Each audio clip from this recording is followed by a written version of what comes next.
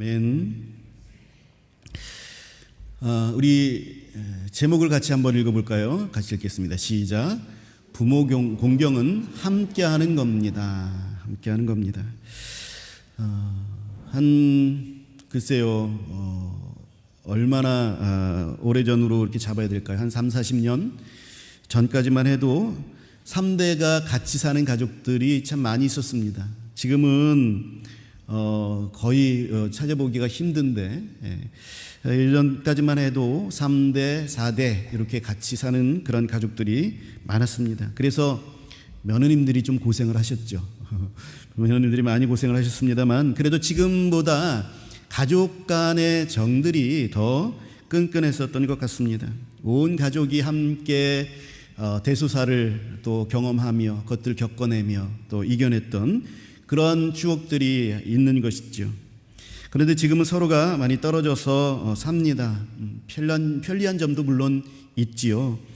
그런데 그럼에도 불구하고 요즘 고독사를 걱정합니다. 그리고 가족 간의 정이 예전만큼 못한 것들을 또 생각하게 됩니다. 사랑이 식은 것은 아닌데 각기 살기 바쁘다 보니까 피부로 비벼대는 그러한 것들이 예전보다 덜하다라는 것을 서로가 느끼고 있죠. 저는 지금은 고인이 되신 저희 아버지와는 30년 동안 아버지가 필리핀에서 선교 사역을 하셨기 때문에 어렸을 때서부터 많은 시간을 함께 하지 못했습니다. 그래서 아버지는 함께 한국에 들어오실 때마다 늘 추억을 만드시려고 애를 썼습니다. 그러셔서 저와 함께 에버랜드에 가기도 하고 영화도 많이 보고 오실 때마다 추억을 쌓으려고 여러 가지 여행도 다니고 또 했던 그런 기억들이 납니다. 그래도 많은 세월을 떨어져 있다 보니까 또 많은 추억들이 떠오르지는 않습니다. 다행스러운 것은 말년에 아버님이 돌아가시기 한 3년 전에 그래서 그 사역들을 마무리하실 그 즈음에 우리 가족들이 1년 동안 필리핀으로 가서 아버지와 함께 지냈던 그런 것이 있었다. 이게 참 다행스러운 일이다라고 생각이 됩니다. 그 함께했던 기억들이 오래 남는 거죠. 그래서 저희 아버지는 아들과 함께했던 그 1년을 참 고마워하셨습니다. 부모 공경은요 함께하는 것이다라는 것을 오늘 말씀을 통해서도 우리가 함께 깨닫게 됩니다. 오늘 말씀을 읽어가면서 우리가 어떻게 부모님과 또 자녀들과 함께 해야 할지를 또 생각해보는 귀한 시간이 됐으면 좋겠습니다. 오늘 본문은 사도 바울이 10계명에서 제5계명을 가르치는 그러한 말씀입니다. 부모를 공경할 것을 말씀하시면서 부모 자식 간의 관계를 같이 말씀하고 있죠. 10계명은 1계명에서 4계명까지는 하나님을 사랑하는 그런 계명입니다. 그리고 5계명부터 10계명까지는 사람을 사랑하는 그런 계명으로 이루어져 있죠. 그래서 사람을 사랑하는 첫 계명으로 부모를 공경하라 그렇게 말씀하고 있습니다. 이것은 1계명부터 4계명까지가 우리 하나님을 사랑하는 그런 계명인데 이 우리가 맺어야 할 하나님과의 관계에 이어서 제일 먼저 사람과의 관계에 있어서 중요하게 닮아야 할 것이 무엇이냐면 부모를 공경하는 것이다 라는 것입니다.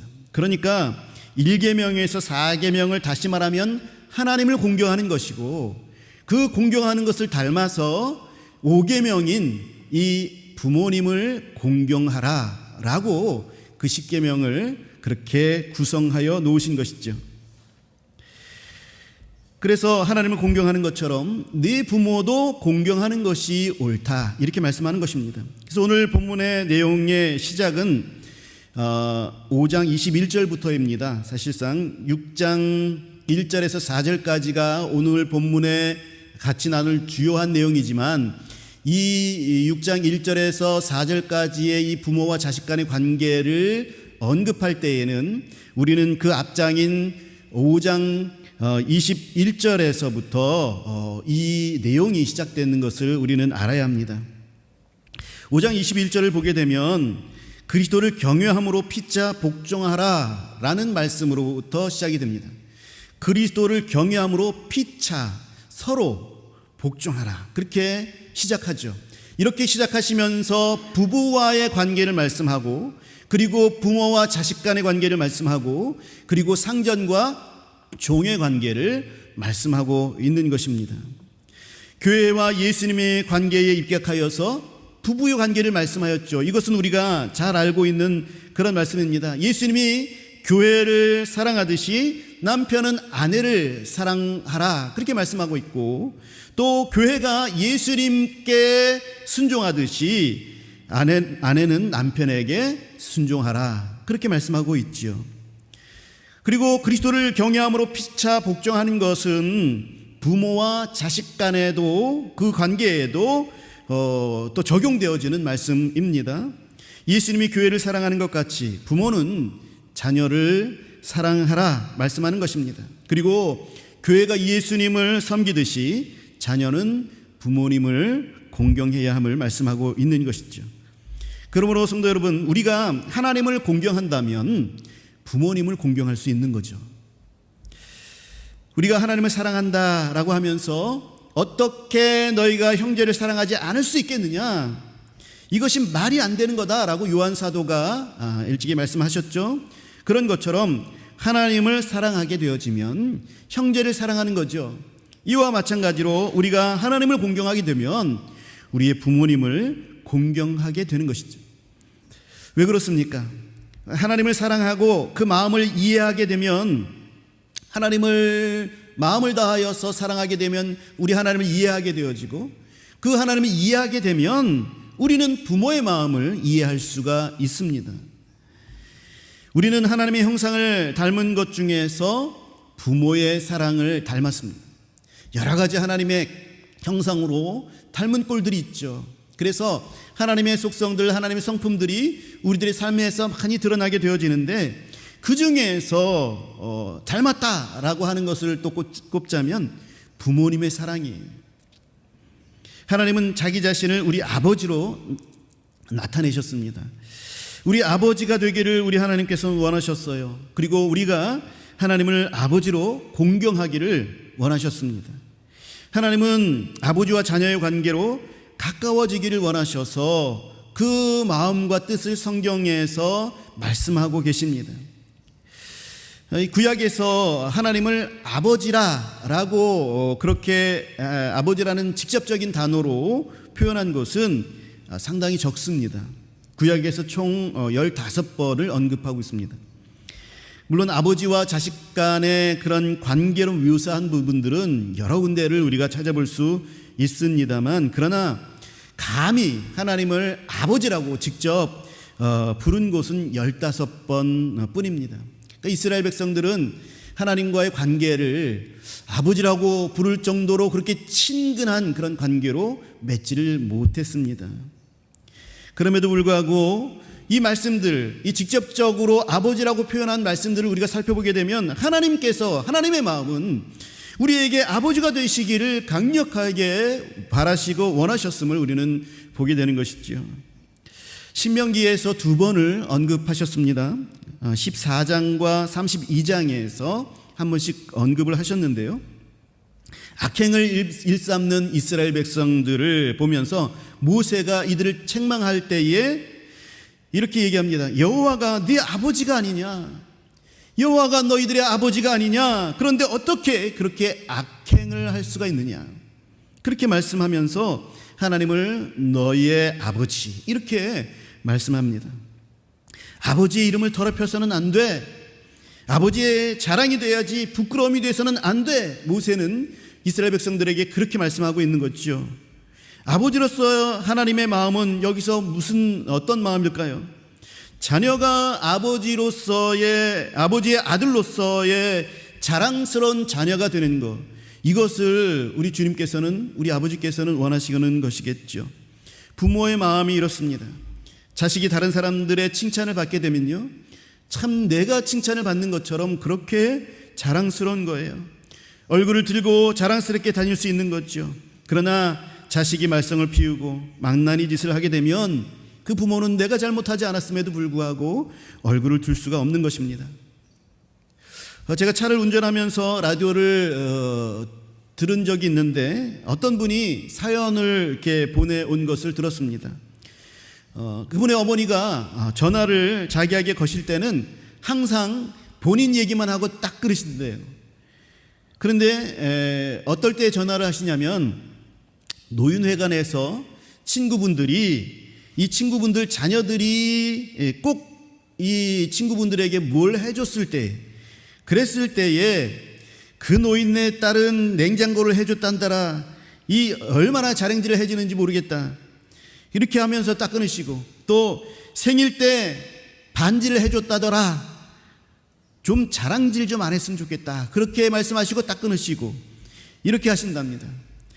그래서 이 따님은 전화를 걸어서 우리는 매달 용돈을 드리고 자주 찾아뵙잖아요. 그렇게 하면은 맞다, 그렇지, 그거 얘기해야 되겠구나, 그렇게 하시면서 또 이제 끊으신다라고 합니다. 언젠가는 노인회관에 우리가 엄마를 위해서 떡하고 과일을 사가야 되겠다 생각하고 전화를 드렸습니다. 떡하고 과일 사갈게요 했더니 괜찮아, 누구네 집 아이들이 식사 낸대, 너희들 돈 쓸 필요 없다, 너네도 그렇게 하려고 했다고 얘기하면 돼, 이렇게 말씀하시고 끊으셨다고 합니다. 이게 무슨 말이냐면 어머니는 본인도 뭔가 얘기할 거리가 있어야 했던 거죠. 본인도 자랑할 거리가 있으면 되셨던 거예요. 자녀들이 돈 쓰는 거는 별로 원하지 않아도 내가 자녀들을 자랑하고 자녀들이 나에게 무언가를 해준다라는 것을 좀 얘기하고 싶은 거리들이 필요했던 것입니다. 크고 작은 것 상관없이 우리 아이들도 나에게 이렇게 관심이 있어, 내 생각을 늘 하고 있어, 이걸 자랑하면 되시는 거였어요. 우리 아이들은 비록 매일 보지는 못하지만 늘 나와 함께 있는 거야. 늘 나에게 전화해주고 그리고 관심을 가져주고 용돈도 주고 하는 거야, 하는 거죠. 부모는 자식 자랑을 하고 싶어 하시는 겁니다. 그것은 내 자식이 늘 나와 함께 하는 것, 함께 있는 것, 그것을 즐겁게 느끼기 위한 것이죠. 하나님도 자기 자녀들이 하나님의 자녀답게 사는 것을 자랑하고 싶어 하십니다. 그것은 이 자녀들이 내 말을 잘 듣고 있구나, 나를 존중해 주고 있구나, 나를 사랑하고 있구나, 내가 이렇게 사랑을 주는데 내 자식들도 나를 이렇게 사랑하고 있구나라는 것을 느끼고 싶은 거죠. 이 자녀들이 나와 함께 걸어가고 있구나라는 것을 알고 싶어 하시는 겁니다. 나를 닮고 있구나, 내 마음을 알아주는구나, 나와 이 녀석들이 함께 살아가고 있구나 하는 겁니다. 하나님을 아버지라 하면서 악을 행하면서 살면 안 된다. 그것이 어찌 하나님 아버지와 함께 살아가는 것이겠느냐, 그렇게 모세가 책망하는 것이죠. 같이 있기는 한데 함께 하지는 않는 것, 이것을 모세가 책망하는 것입니다. 하나님은 아버지와 자식으로서 함께 살아가기를 원하시는 것이죠. 또 사무엘 하에서도 아버지란 말이 여기서는 한 4번 정도 이렇게 직접적으로 언급하는데 늘 같은 내용이 반복되는 그런 말이긴 합니다.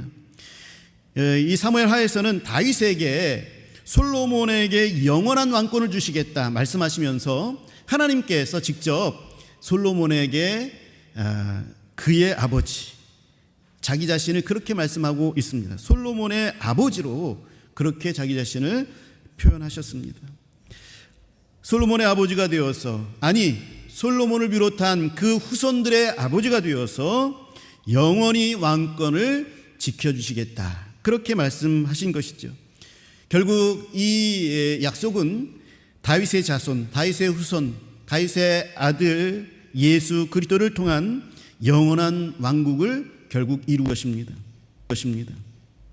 하나님은 자기 자녀에게 좋은 것을 영원히 주시기를 원하십니다. 이게 부모의 마음이죠. 악한 자라도 자식에게 좋은 것을 줄 줄 알거든 하물며 하늘의 하나님이 자기 자녀에게 좋은 것을 주시지 않겠느냐 말씀하셨습니다. 부모는 좋은 것을 자녀에게 주려 합니다. 이 마음이 하나님을 닮은 마음이 있죠. 그래서 악한 자라도 하나님의 형상이 있어서, 그래서 하나님 아버지가 자녀들에게 좋은 것을 주려고 하는 그 마음을 그래도 그 어느 구석인가 닮아 있어서 자식에게 좋은 것을 주려고 한다. 하나님과 우리의 부모의 모습은 여기서 닮아 있다, 이런 것이죠. 우리는 하나님의 형상 가운데 부모로서의 사랑을 닮았습니다. 그래서 우리 부모님이 우리를 하나님의 사랑과 닮게 사랑하시는 거죠. 다 희생하시는 겁니다. 다 주는 것입니다.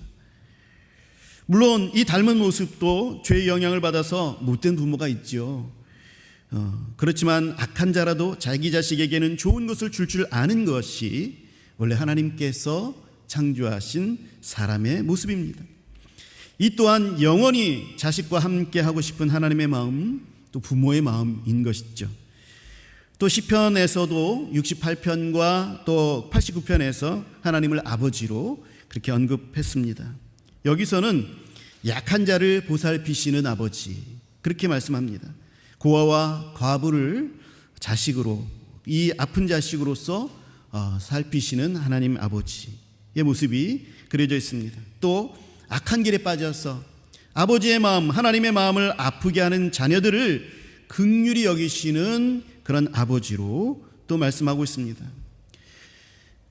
피가 섞이지 않는 다른 사람들은 배신을 당하면 영원히 떠나지요. 인연을 다 끊어버리지요. 그러나 피부치는 그럴 수 없습니다. 특히 부모는 부모를 배신한 자식일지라도 그 마음이 떠나지 못합니다. 늘 부모의 마음은 자식에게로 가 있습니다.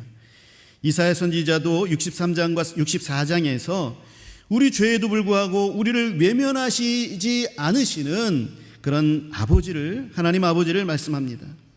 하나님에게도 속썩이는 자식은 아픈 손가락이었습니다. 이스라엘 백성들이 그렇게 하나님 아버지를 배신하고 배반하는 그러한 것, 책망하면서도 하나님께는 이 자식들이 아픈 손가락이었습니다. 밉다가도 불쌍하고 생각만 해도 가슴 아픈 자식이 연약한 자식이죠. 속속이는 자식입니다. 이 아버지의 마음이 구원의 손길로 나타난 것이 있지 않습니까? 그것이 바로 예수님을 죽이고 우리를 살리신 것이죠. 이것이 하나님 아버지의 진정한 마음이고 사랑의 확증이라 성경은 말씀하고 있습니다. 기독교와 다른 종교의 큰 차이는 무엇이냐면 내가 연약할수록 나를 더욱 귀히 여기신다라는 거예요. 지성을 드리고 정성을 들여야 줄까 말까 한 것이 아닙니까? 우리의 공덕을 많이 쌓아야 되지 않습니까? 선한 일, 착한 일을 많이 해야 되고 많이 갖다 바쳐야 하고 하는 것, 이런 것이 세상의 다른 종교입니다. 공적을 세우고 어느 정도 수준에 도달했을 때야 해탈의 경지에 이르게 되는 것이죠. 이게 다른 종교의 모습입니다. 그러나 기독교는 그게 아닙니다. 우리가 아직 죄인 되었을 때에, 우리가 아직 연약할 때에, 우리가 하나님을 알지도 못했던 그때에, 하나님을 배신하고 있는 그때에 우리를 위해서 예수님이 죽으셨다. 그래서 그냥 값없이 우리를 위해서 구원해 주신 거예요. 우리가 구원을 받았어도 우리의 연약함을 우리는 여전히 아직도 드러내고 있죠. 그런 못난 자식들에게 우리 하나님 아버지의 사랑은 그래도 널 사랑해, 이것입니다. 네가 연약할수록 널 더 사랑해, 이것이 우리 하나님의 마음입니다. 아버지의 마음입니다. 이걸 우리 부모들은 닮았습니다.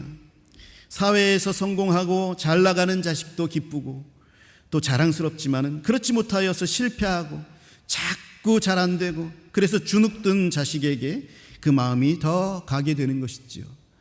탕자의 비유가 딱 이 말씀입니다. 큰아들은 아버지를 떠나지 않고 성실히 섬겼습니다. 아무 걱정할 것이 없습니다. 든든한 아들이 있지요. 그런데 둘째 아들은 아버지한테 재산을 빼앗다시피 받아가지고 그 재산을 가지고 타국에 가서 다 탕진하고 그리고 쫄쫄 굶다가 아버지께로 돌아올 때에는 아들로서는 도저히 아버지께로 돌아갈 수 없으니 그러면은 종으로라도 섬기면서 먹을 것을 구해야 되겠다. 이렇게 아버지께로 돌아가죠. 그러나 아버지는 어떻습니까? 매일같이 아들이 돌아오기를 기다리면서, 그래서 먼 상거가 먼데, 집이 거하는 데가 먼데 늘 그 자리에 찾아가 있었던 거죠. 동구밭에 밖에 나가서 늘 그 길목에서 이제나 들어와나 저제나 들어와나 찾고 있었던 것이죠. 기다리고 계셨던 것이죠. 저 멀리서 아들이 달려오자 달려가서 그 아들을 얼싸 안습니다. 이 돌아온 아들, 이 탕자가 바로 우리였죠. 우리는 이 긍휼을 입은 어리석고 아버지를 배신한 그런 자녀였습니다. 그 자녀를에게 여전히 긍휼을 베푸시는, 연약함에도 불구하고 사랑하시는, 그것이 바로 하나님 아버지의 마음입니다. 우리 그리스도인 부모들도 우리 더더욱 자녀들을 긍휼히 여기는 마음을 품으시기 바랍니다. 우리의 하나님 아버지의 마음을 담고 또 그 사랑을 받은 우리 부모들은 우리 더더욱 자녀들을 긍휼함으로 품고 사랑해 줘야 하는 것이죠. 우리 부모들은 자식이 멀리 있든 가까이 있든 늘 거기에 마음이 있습니다. 우리 부모는 그런 분들입니다. 그러니 우리도 하나님과 함께하고 우리 부모님과 함께 살아가야 하는 것이죠. 예수님은 자신의 아버지이신 하나님을 아빠 아버지라 이렇게 부르셨습니다. 이 아빠라는 말은 히브리 말과 이 우리나라 말이 똑같아요. 부르는 게 똑같아요. 그리고 그 의미도 똑같습니다. 우리 어린 자식들이 아버지를 부를 때 아빠 이렇게 부르잖아요. 히브리 아이들도 아빠 이렇게 부릅니다. 그리고 이 친밀도, 아빠라는 것에 대한 아버지와의 이 친밀한 관계가, 이 정서가 이 히브리 사람들에게도 똑같아요. 그래서 이 아빠라는 말, 이 아빠 아버지라는 말에는 참으로 친밀한 의미가 담겨져 있습니다. 스스럼 없는 관계, 사랑이 가득한 관계, 아빠가 최고인 줄로 아는 관계, 그리고 자녀가 약하고 부족해도 이뻐하는, 사랑스러워하는 그런 관계가 아빠라는 관계입니다. 아이는 부모가 자신과 떨어진다고는 생각하지도 못합니다. 상상하지도 못하지요. 부모도 마찬가지지요. 밖에서 아이가 보이지 않을 때에 자식을 찾는 부모의 표정은요, 거의 실성한 표정입니다. 이 자식들을 잃어버린 적이 있습니까? 집에서. 그 부모의 마음은, 그 부모의 이 표정은요, 정말로 이거 다른 어떤 것도 들어오지 않는 정말 실성한 것과 같은 표정입니다. 그랬던 아이가 장성해서 부모를 떠나려고 할 때에 참 섭섭하고 또 마음에 어딘가가 떨어져 나가는 것 같은 그러한 마음들을 갖게 되는 거죠. 함께 하였던 이 자식들이 부모를 떠나서 결혼하게 되어지거나 그렇게 되어질 때에 참 마음 가운데 섭섭한 마음들, 뭔가 허전한 마음들이 드는 이유가 바로 여기 있습니다. 그러나 그렇다 할지라도 부모는 몸을 떠나 보내고 같은 집에서 살 수 없어도 마음은 자식을 떠나보내지 않습니다. 그곳에 가는 곳마다 그 마음들은 따라다니는 것이죠. 부모를 떠난 자식도 자기들이 바쁘게 살아서, 이 자녀들은요 결코 부모의 사랑을 따라갈 수가 없는데, 이 부모를 떠난 이 자식은 늘 자기가 바쁘고 또 자기 자녀들을 돌보느라 또 바쁘고, 그래서 좀 부모가 자녀를 사랑하는 것보다 늘 못합니다. 부모를 사랑하는 마음이 늘 못한데, 그런데 자기 자신이 약해지고 그리고 누군가가 필요할 때는 부모가 생각나는 거죠. 예수님이 하나님을 아빠 아버지라 부르실 때가 언제였냐면 예수님께서 가장 마음이 연약하셨을 때입니다. 십자가에 죽으시기 전날 겟세마네 동산에서 기도하실 때에 마가복음을 보게 되면 하나님을 아빠 아빠 아버지라 이렇게 부르고 있습니다. 아빠 아버지는 약한 자의 아버지이고, 아빠 아버지는 친근한 아버지이고, 아빠 아버지는 늘 함께 있는 아버지이십니다. 그래서 갈라디아서 4장 6절에서 바울은 우리가 아들이기 때문에, 우리가 자녀이기 때문에 하나님의 그 아들의 영을 우리 마음에 보내셔서 우리로 하여금 아빠 아버지라 부르게 하셨다. 우리 예수님만 아빠 아버지라 하나님을 부르실 수 있게 한 것이 아니라 우리도 예수님의 영이 우리들에게 있으니 우리도 자식이 되어서 우리 하나님을 아빠 아버지라 그렇게 부르게 하셨다 말씀합니다. 이 말씀은 언제든지 나에게 와서 나와 함께 하자, 그런 말씀입니다. 네가 연약할 때 나는 너와 함께 할 것이다. 내가 너를 도와줄 거야. 든든하게 도와줄 거야. 걱정하지 마. 라는 그런 말씀입니다. 하나님이 아버지로서 원하시는 것은 우리와 함께 하시는 거예요. 함께 있고자 하시는 겁니다. 사랑을 주고받는 겁니다. 서로의 마음에 반응하는 것입니다. 하나님은 늘 우리를 주시하고 계십니다. 그래서 우리도 하나님께서는 우리 하나님을 마음에 두고 또 계속해서 존경하고 또 주시하고 있기를 우리 하나님도 원하시는 거죠. 그게 아버지의 마음이죠. 그래서 우리도 늘 하나님의 마음을 주시하여서 알아드려야 하는 것이죠. 마찬가지로 우리의 부모와 자녀와의 관계도 마찬가지인 것입니다. 비록 몸은 멀리 떨어져 있지만 그 마음은 항상 부모와 함께 있고, 자식에게 늘 부모의 마음이 함께 있는 것처럼 우리 자식도 부모에 대한 마음들이 함께 있어야 하는 것이죠. 부모를 공경하는 것은 그래서 함께 살아가는 것입니다. 함께 사는 것이 꼭 한 집에서 사는 것을 말하는 것이 아닙니다. 부모를 생각하고 있고 사랑한다라는 사실들을 서로가 아는 관계. 내 자식이 나를 사랑하고 있구나, 나를 신경 써주고 있구나, 늘 마음이 나와 함께 있구나라는 것을 알게 되는 것, 이것이 주님 부모를 공경하는 것입니다. 자녀를 늘 사랑하고 있다는 것, 이것 자녀들을 위해서 부모들이 늘 기도하고 있다라는 것, 이거 자녀들에게 굉장한 힘이 됩니다. 큰 힘이 되는 것이지요. 그래서 부모들은 늘 자녀들을 놓고 기도합니다. 자녀들도 부모님을 위해서 늘 기도하는 거죠. 그것을 통해서 부모님과 자녀들이 함께 살아가는 겁니다. 이것이 부모를 공경하는 것입니다. 때로는 실패하고 마음 아파하는 일들이 있어도 나는 늘 함께 있다는 것을 아는 관계, 서로의 서먹하고 소원한 관계가 될지라도 그래도 끊을 수 없는 이 피로 맺어진 이 관계 속에서 계속해서 부모를 생각하고 그 마음 가운데 있는 것을 서로가 아는 것, 이것이 부모를 공경하는 것이고 자식들에게 사랑하는 부모의 마음인 것이죠.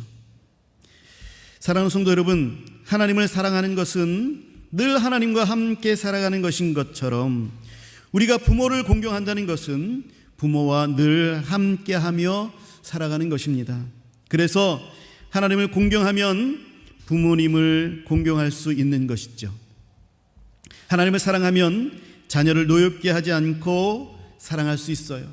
주님의 말씀으로 양육할 수 있는 것입니다.